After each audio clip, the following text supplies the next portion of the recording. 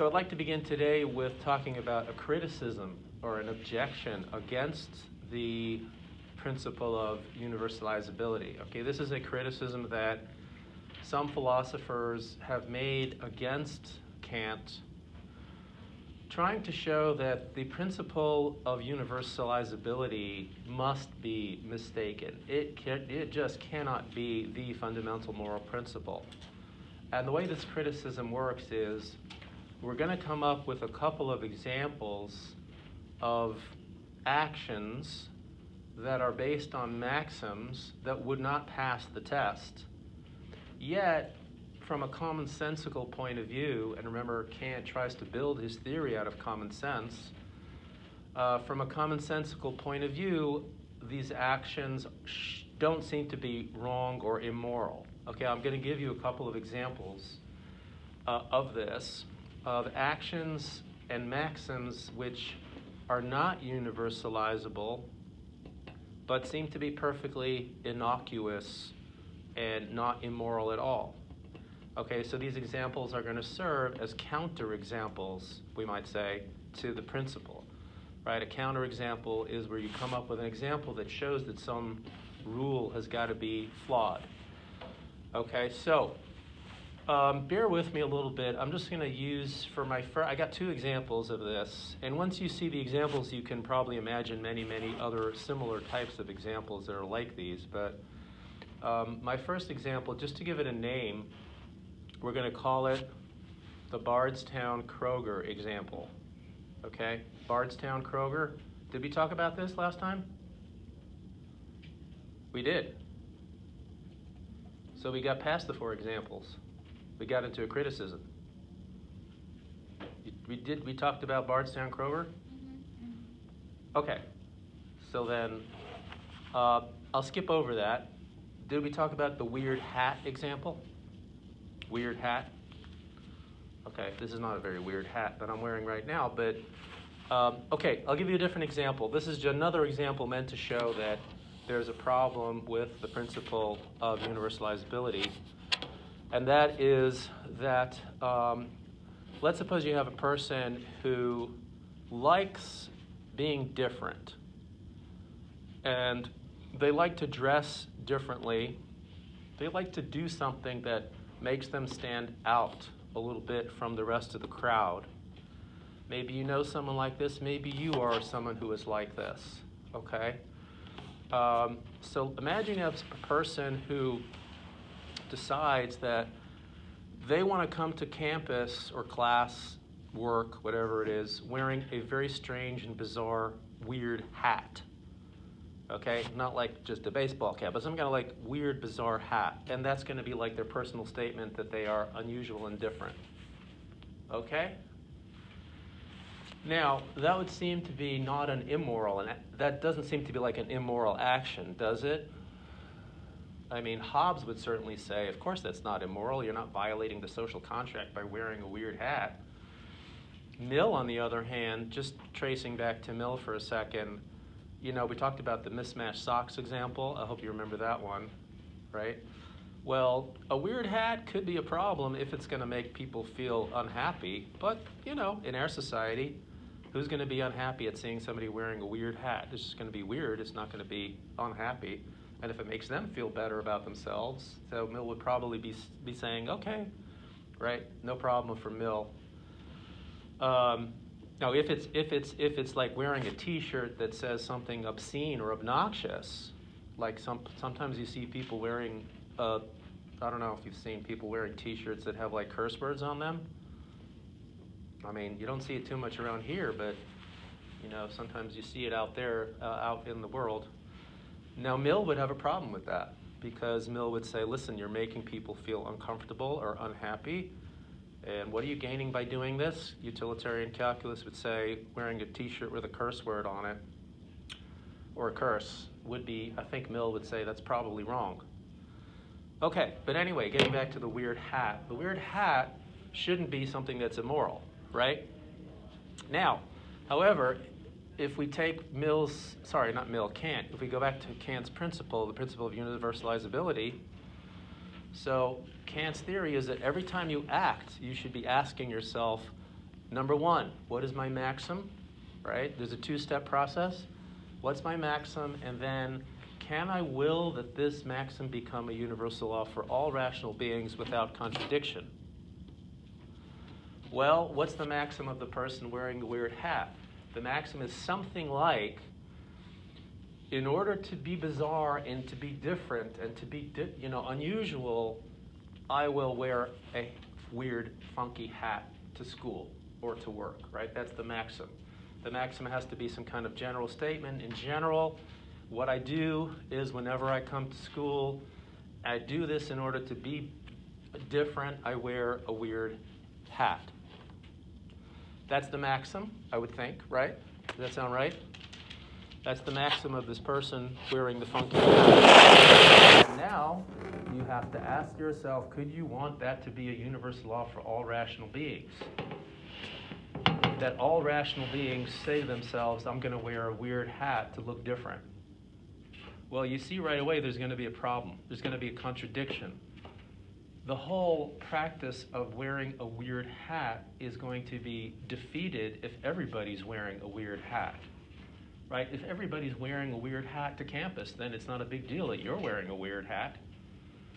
You just look like everybody else. I mean, maybe your hat's going to be a little different, but if their hats are weird, then your hat's going to be just as weird as their hat. That's the maxim, right? And so if I imagine a world in which everybody's wearing weird hats to school to look different, it defeats itself. There's a contradiction because I can't accomplish what I want to accomplish by wearing the weird hat. I mean, that's no worse. It's certainly no worse of a contradiction than what Kant said in the case of his examples, like where he said rational beings are going to want to cultivate their talents. Rational beings are not going to commit suicide out of self-love, right? Well, here you can't even accomplish the thing you want to accomplish if everybody's doing it. So it's similar to the Bardstown Kroger example, right? Because there, I can't go to Bardstown Kroger every Tuesday and Thursday at 3 o'clock if everybody's doing it. I also can't wear a weird, unusual hat to be different if everybody's doing it. So it looks like the action turns out to be immoral based on the principle. And that doesn't seem right. Is everybody getting this, the counterexample? I hope you are. Again, if you have any comments, you can ask me later, but I'm not sure what Kant would say about these examples, and you could multiply them, and I think that we can just leave it there for you to think about. With the Bardstown Kroger example there, I think Kant might have a response. So you're telling me we talked about it. We did? We did, right? Bardstown Kroger. So if we could just trace back to that one for a second, Kant might have an answer to the Bardstown Kroger example, because he might say, you have to be very careful about how to formulate the maxim. The maxim is not, whenever it's 3 o'clock, I go to the Bardstown Kroger. The maxim is something more like, whenever I finish work, I go to a place where I relax and calm down and just sort of hang out and not detox, but sort of decompress is the word I'm looking for, right? That's really what the maxim is. I'm going to that Bardstown Kroger because that's the convenient local place that I like to hang around. If I lived somewhere else, I wouldn't be going to that Bardstown Kroger to relax. I'd be going to a different, maybe I wouldn't even be going to a Kroger's. I'd be going to, Winn-Dixie or, some other department store or maybe a bar. So really, the maxim in question of the person in that example is something like, whenever I finish work, I go and I do something convenient nearby that allows me to relax and decompress from the day's work. Now I have to ask whether that maxim is universalizable, and I see right away that it is universalizable, because I can imagine different people in different places going to, they're not all going to go to the same exact place to decompress. I just happen to go to that Kroger's because it's convenient and it's nearby. It's also on my way home because I live in that direction. Oh, so that's why I'm doing that.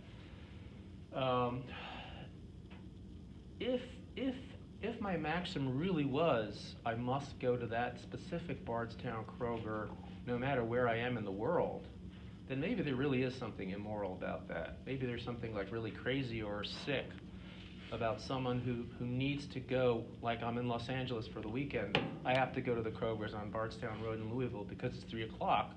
I mean, but that'd be silly. Surely that wouldn't be my maxim, right? My maxim would be, well, if I'm in LA and I'm working, then I go to the Ralphs. They have Ralphs in LA. They don't have Kroger's, but it's actually related to Kroger. So I get some of that Kroger feel when I go to Ralph's. I can use my, my credit card and my customer number, to get discounts. But it's still Ralph's. It's not Kroger's, and it's not the Bardstown Kroger. It's somewhere in Los Angeles.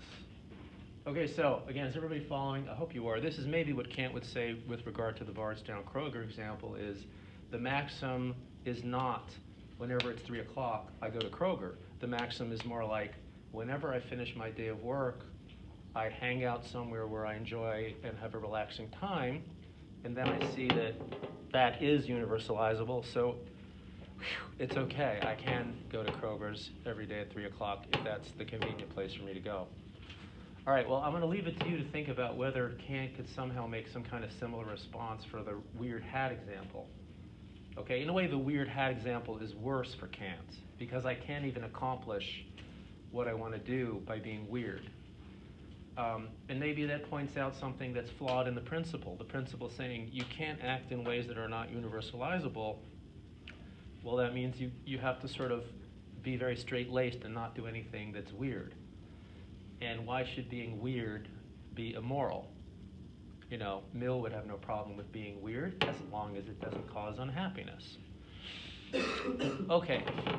All right, we're going to move on to a different aspect of Kant's theory because something really important to say is that although Kant gave us the fundamental moral principle, the principle of universalizability, he also suggests later on in the essay that there is an alternative formulation of the fundamental principle. There's another formulation of the principle, okay? And so in order to get to that, we have to do a few little preliminary things. And one is we need to, Kant claims that there are two kinds of imperatives, all right? Two kinds of imperatives. There's something called a hypothetical imperative, and I'll give you examples of these so you'll follow. At least the hypothetical imperative is pretty easy to get. Hypothetical imperative, and then there's something which he calls a categorical imperative. Categorical. Hypothetical and categorical imperatives. Okay, so first of all, let's talk about a hypothetical imperative. First of all, an imperative is a command, right? An imperative is just a fancy way of saying a command. Commands can be either positive or negative, right? Like, for example, shut the door, go to bed, brush your teeth, wash your face, eat lunch. Those are imperatives. Those are examples of commands, right? And then you have negative commands, like don't litter, or don't talk to me, don't stand up. Those are negative imperatives, right? So imperative is just a command. It can be either positive or negative. That's what an imperative is. Now, hypothetical imperative, Kant comes up with this idea. A hypothetical imperative, the word hypothetical means conditional. That's what a hypothetical thing, hypothetical means situational. It's something that's going to be an imperative, but it's only going to be an imperative in certain cases, depending upon certain circumstances. Okay, that's just what the word hypothetical means.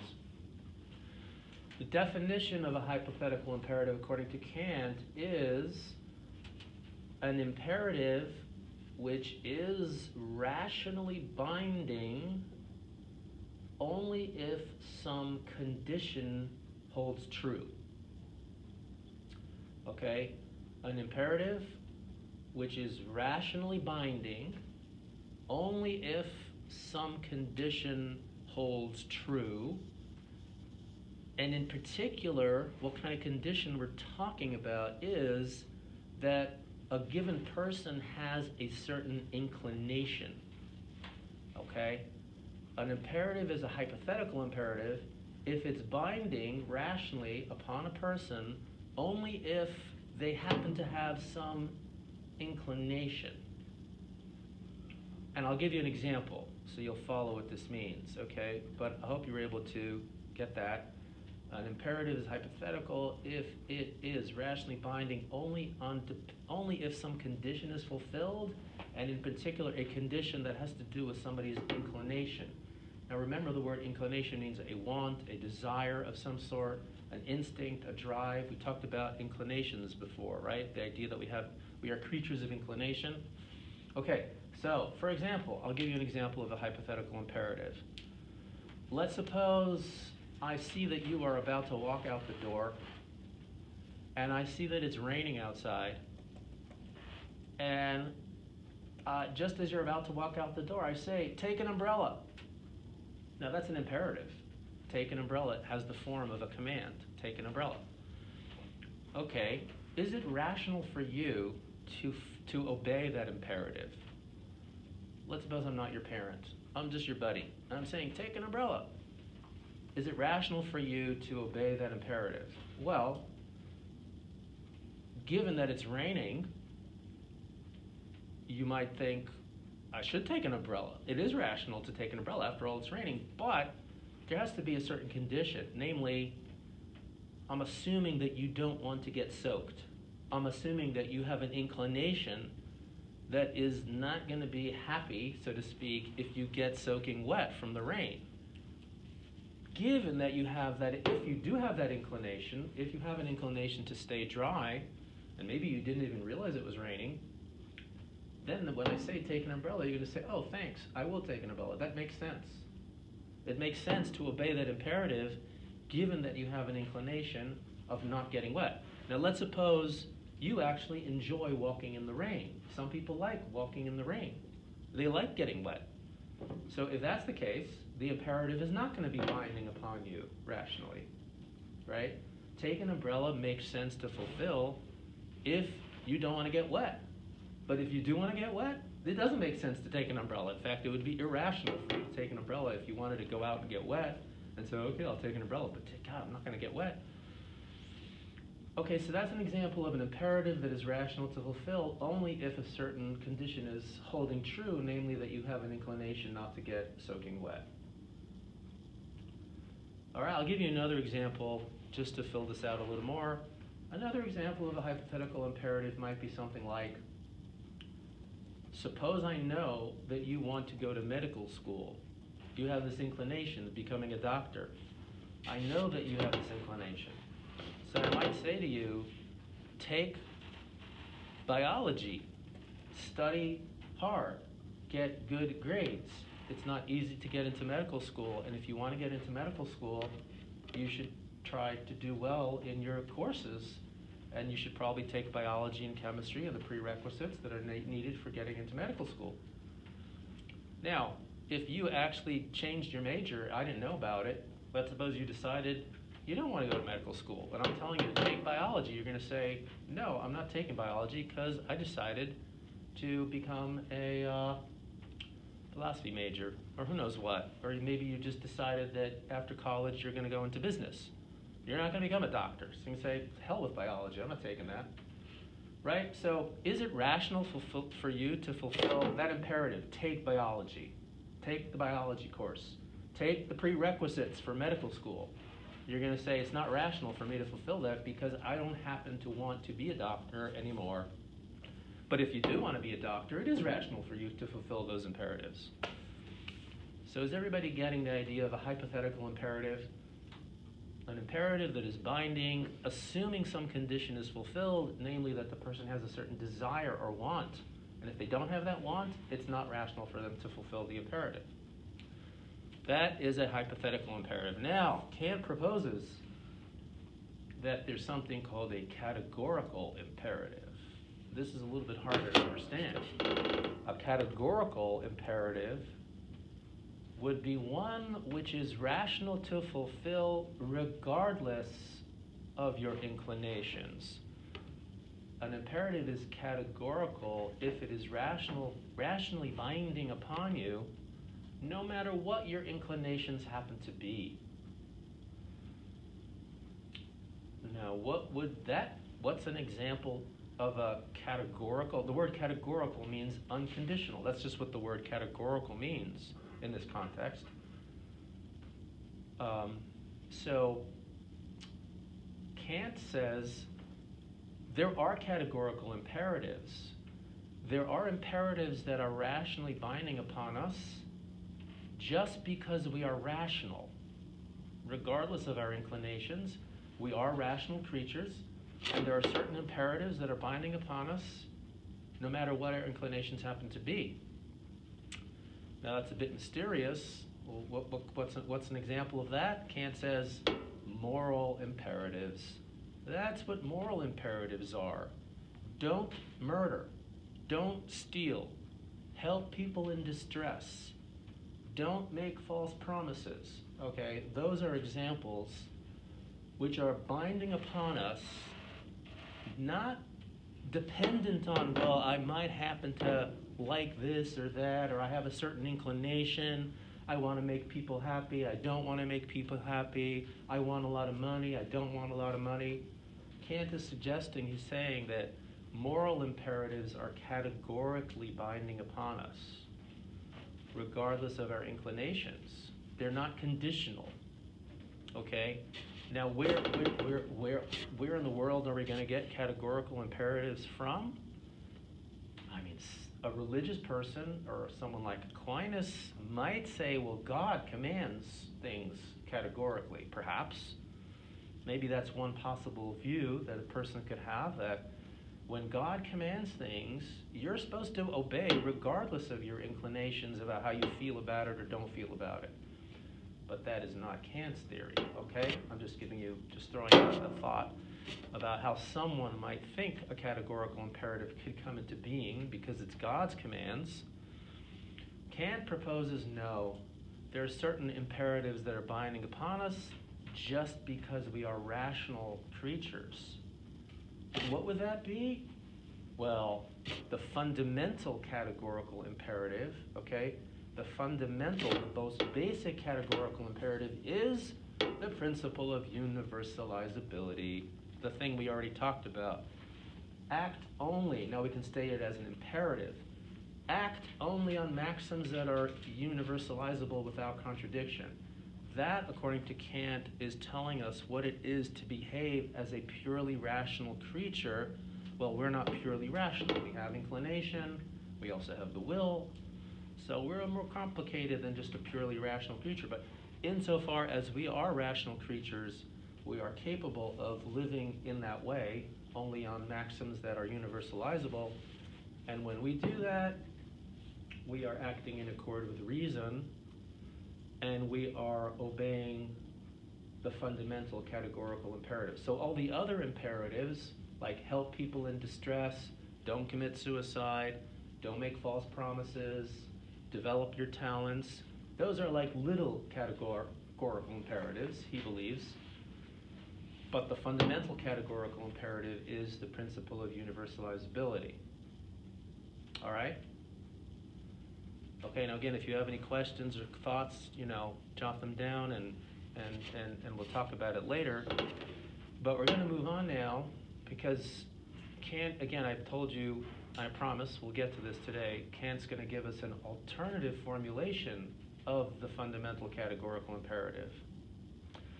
But to do this, we have to make a very important distinction. Philosophers like making distinctions. You probably realize this by now. Philosophers make distinctions, and then they use these concepts to try to make arguments and make claims, right? So here comes another very important distinction, and in a way it's something we've been talking about already before. Kant makes a distinction between two kinds of worth or value. Worth, W-O-R-T-H, worth.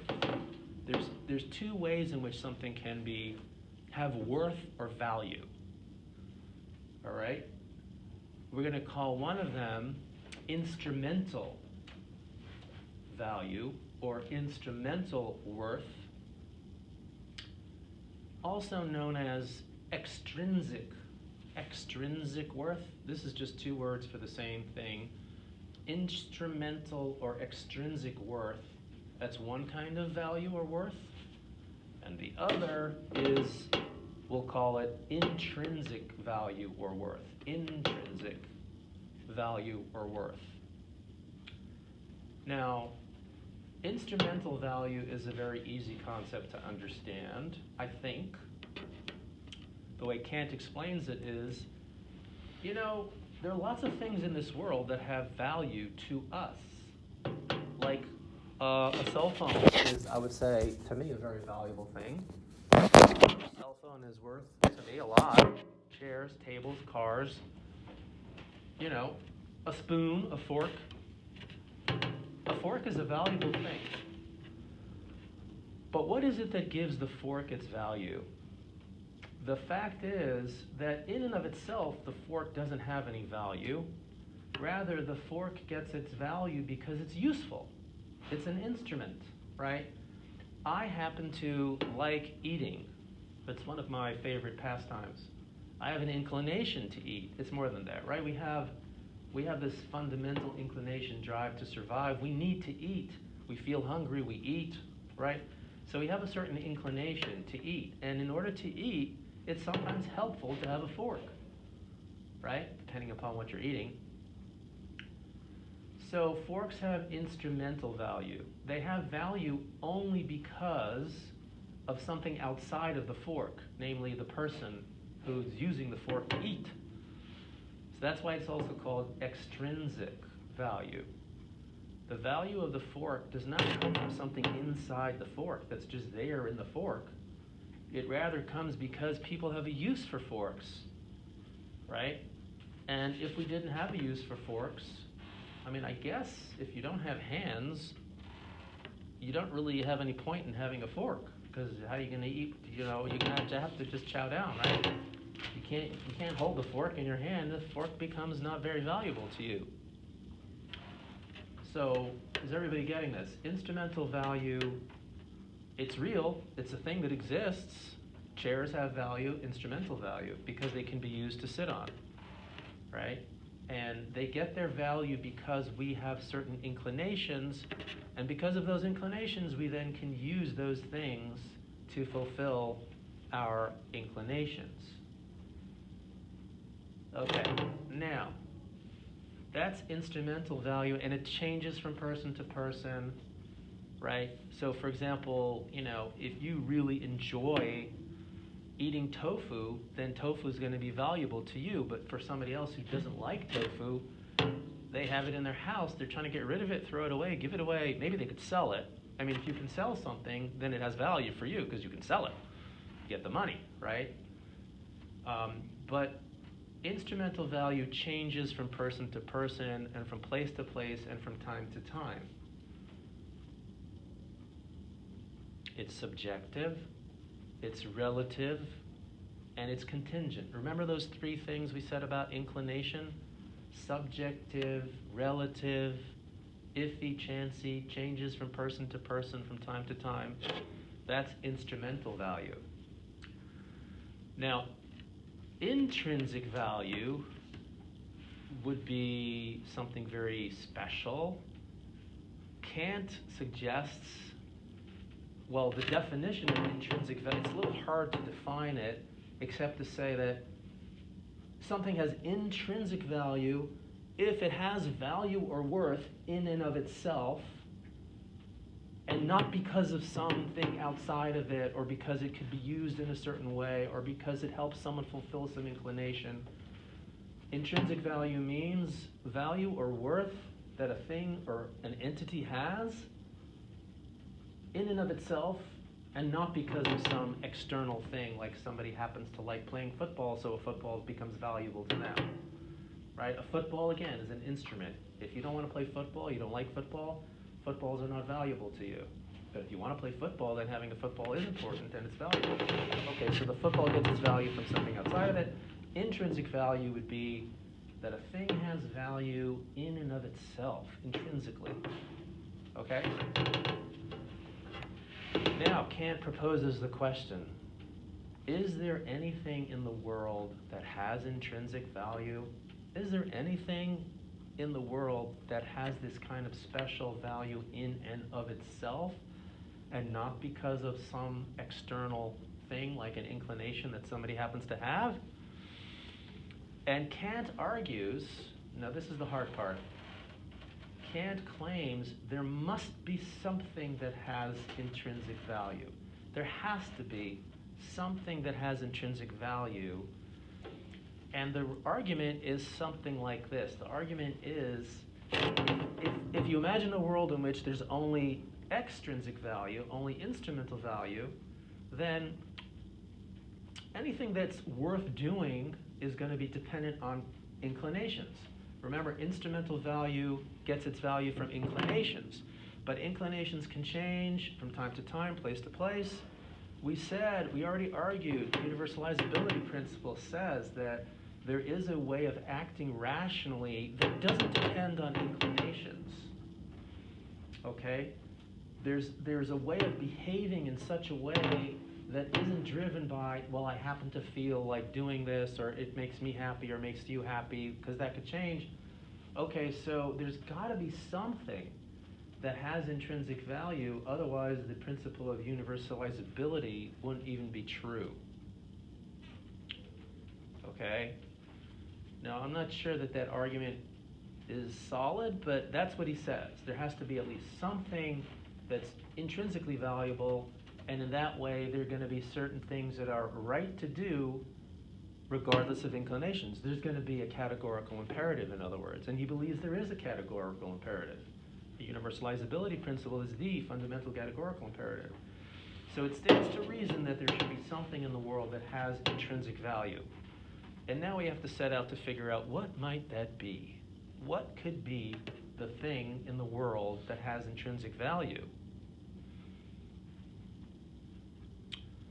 And Kant proposes it must be that a rational creature, or otherwise known as a person, okay, a rational agent, a creature who has rational agency, such as humans. We have rational agency. We are rational and we have the ability to choose. Rational agency or personhood is something that gives us intrinsic value. Okay? And another fancy word for this is dignity. Human beings, Kant claims, have internal worth. We have dignity. We have intrinsic value, a value that is not dependent on how we could conceivably be used as an instrument. Okay, so there's a vast difference between a person and a thing or an object. Chairs, tables, pens, footballs, cars, those are things. Human beings are rational agents, and the fact that we have rational agency, that's what gives us our intrinsic worth.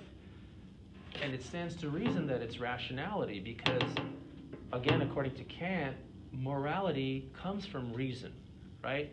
When we act in accord with the principle of universalizability, when we obey that law about how all rational people should act or would act, we're acting rationally. Well, if there's something that has intrinsic value in the world, it stands to reason that it's got to be rational agency itself gives us this special quality of intrinsic worth. Okay? And so now, if you buy all that, and there's a lot of steps in there, I admit, a lot of points along the way that one could get off the bus, so to speak, of the Kant's argument. But now we are ready for what we're going to call, Kant calls, the alternative formulation of the fundamental principle of morality. You ready for this? It goes like this. And I'll state it as an imperative, as a command. Act only in such a way as to treat rational creatures, and in parentheses you could put persons, humans, because basically that's, rational creatures for all practical purposes would be human beings.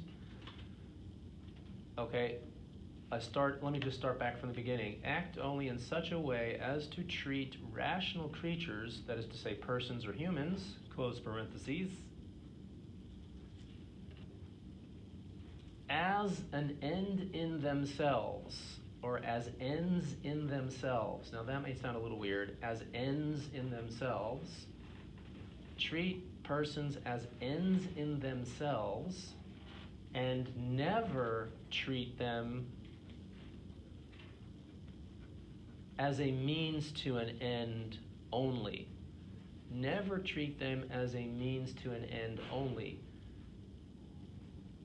Okay, in other words, don't treat human beings as if they were things or objects to be used for your purposes, to fulfill your inclinations. Treat people, if you want to put it like really concisely, treat people with respect. Okay, but respect for Kant means recognizing that a rational creature is a rational creature and is a creature that has agency, choice. Okay, see, for Kant, rationality and agency go together. You can't have free will unless you have reason. Because if you don't have reason, you're just acting on autopilot, or you're acting like an automaton or a robot.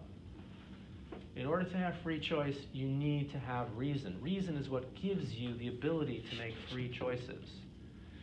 Okay? It gives you the ability to decide to use things or not use things to fulfill your inclinations. Right? So the rational creature is the source of extrinsic value, that's for sure, right? Why is it that chairs are valuable? Because humans need them, want them, right? So instrumental value gets its value from the fact that we are humans and we have needs and wants, but the human himself or herself or itself, usually we don't speak about humans as an it, there's a reason, because we're not things. We are creatures that have rational agency, of the ability to choose, the ability to think, and the ability to make our own choices. So again, looking back at that alternative principle, what does it say? Treat humans as ends in themselves and never treat them as merely instruments to be used for various purposes. Okay, so that's sometimes called the dignity principle. That's just another name for it. The dignity principle, the respect principle, respect for personhood, persons. Does this apply only to human beings? Well, practically, yeah, but theoretically, here's a question. This sounds like a good essay question on the final. Maybe. So think about this. Suppose that one day there were aliens from outer space that came down to Earth, and they were rational creatures, but they did not have the ability to experience pleasure or pain. Can you imagine such a thing? Sci-fi, right? But imagine that would happen. Aliens came down from outer space. They had a body. They didn't have any nervous system that sensed pleasure or pain, but they were rational creatures, and they even had free will, let's suppose. They had will, reason, but they didn't have any pleasure sensors. Isn't sort of Spock on, Star Trek supposed to be kind of like that? No emotions? Maybe no emotions, that's different. I guess Spock does experience pain and pleasure. So anyway, I'm talking about an alien from outer space that is rational, but doesn't experience pain or pleasure. Now, question. Would we have any moral obligations toward that creature? Would that creature even be capable of acting morally? What would Mill say? What would Kant say? You see where I'm going with this?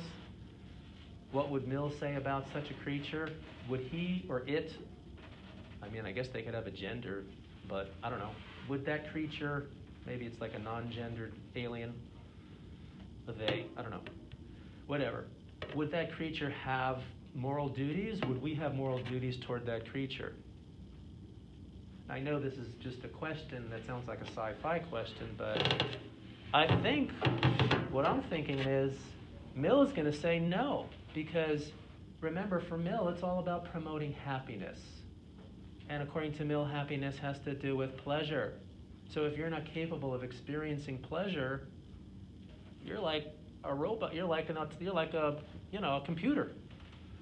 You don't have moral duties. You're not part of the. You don't have to worry about promoting your happiness because you're not even capable of experiencing happiness. So it looks like Mill would. I mean, we can talk about this later on if you want, just because of the recording here. But I'm saying on the surface, it looks like Mill would say there's no reason to worry about moral duties toward this creature because it doesn't experience pain. But what about Kant? Kant would say no. As long as the creature is rational, that creature is going, and if it has free will, it's going to have moral duties, and we're going to have moral duties with respect to that creature because it's not about causing happiness.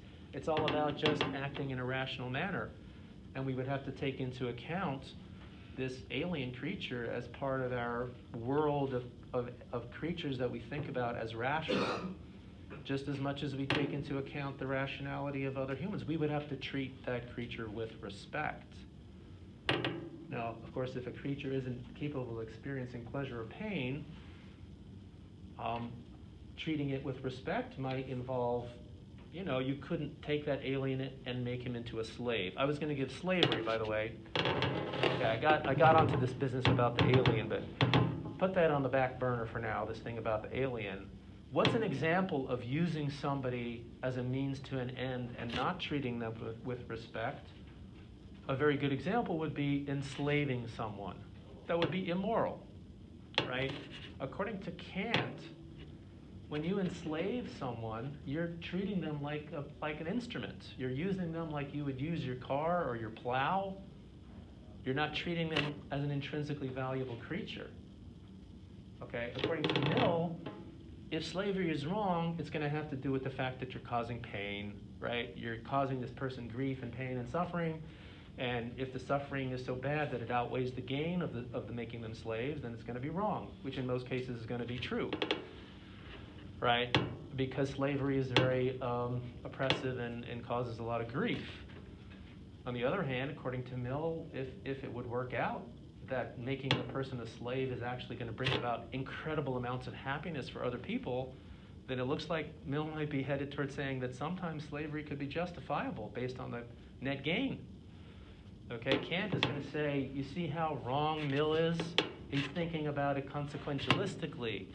It's not about consequences. It's not about making people happy. It's about respecting the rational agency of other rational creatures. And in most cases, that turns out to be humans. Okay? So enslaving somebody is wrong, not because it causes unhappiness. Enslaving somebody is wrong because you're not treating them with dignity. Now, just to be clear about the principle, the dignity principle, it says never treat people as a means to an end only. So there's a little bit of wiggle room there because let's suppose, suppose you need someone to mow your lawn.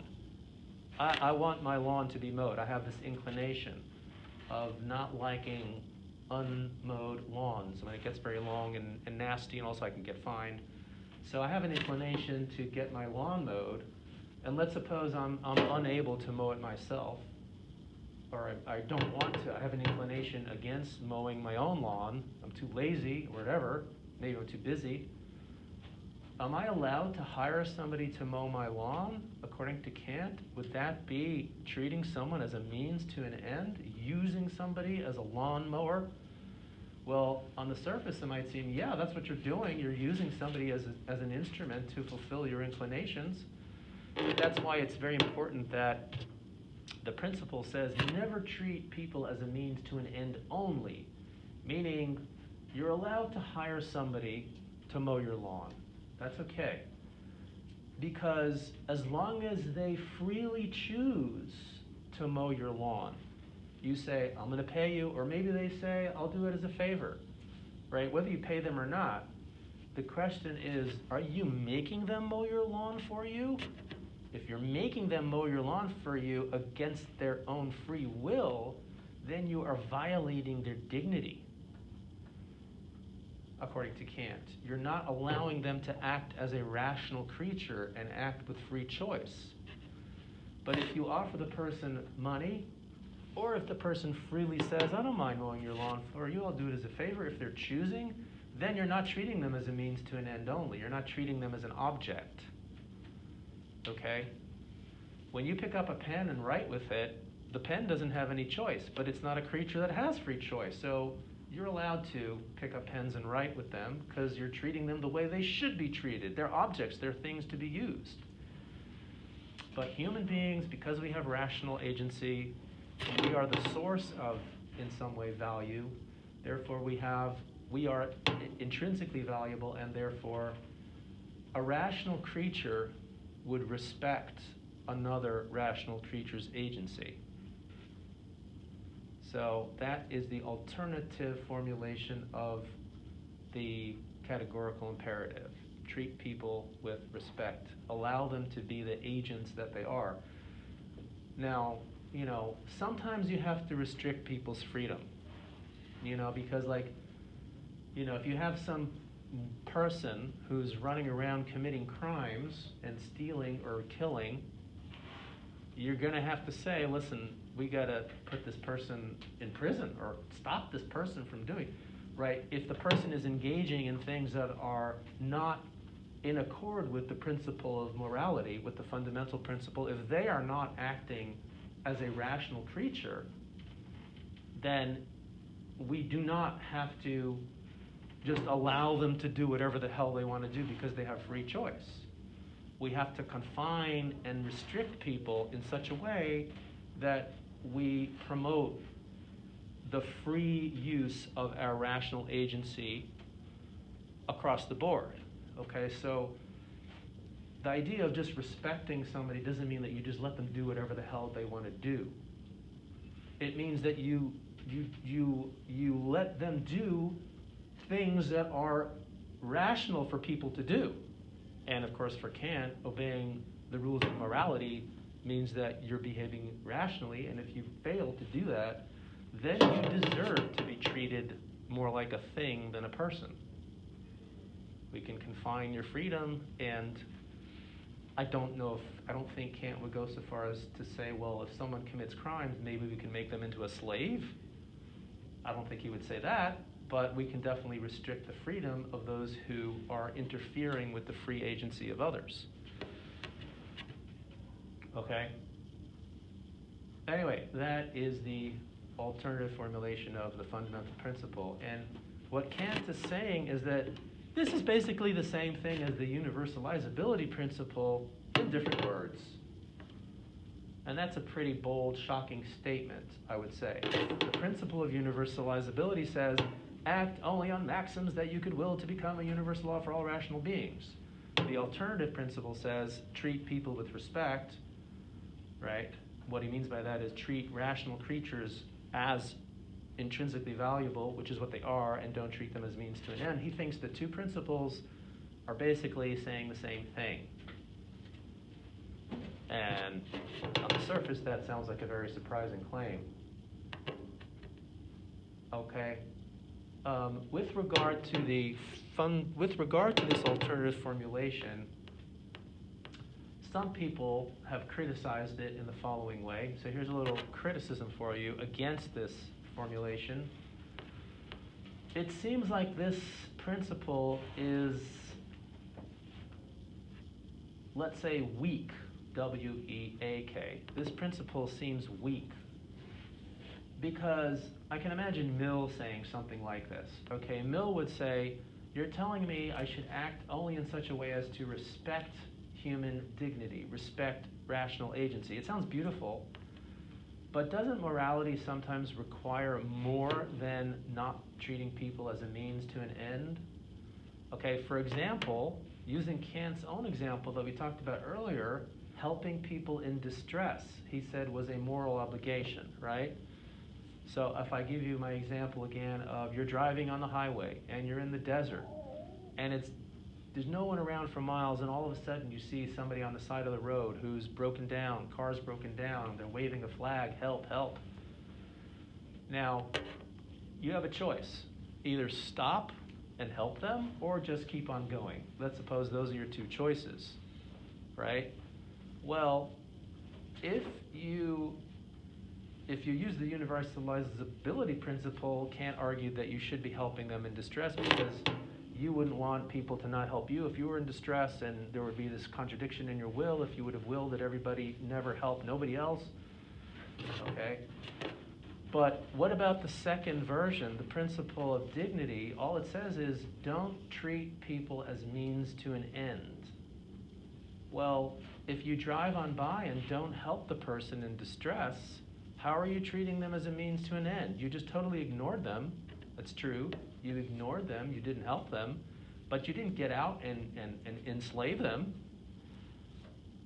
So Mill would say that this principle is too weak. Morality requires more than just not treating people as means to an end. According to Mill, morality also requires promoting happiness, doing everything you can to make people happier, happier, happier, and to make yourself happier, by the way, right? Okay, so this principle, according to Mill, would be too weak to be the fundamental principle. And I'm not sure, I guess Kant would have to argue that somehow, no, driving on by without helping those people is in some way not treating them with respect. That person's stuck in a situation which is negative, and if you don't get out and help them, you're somehow disrespecting their rational agency. I don't know how that's supposed to work. That does sound like a problem to me. So that's a criticism. Okay, we'll stop the lecture here.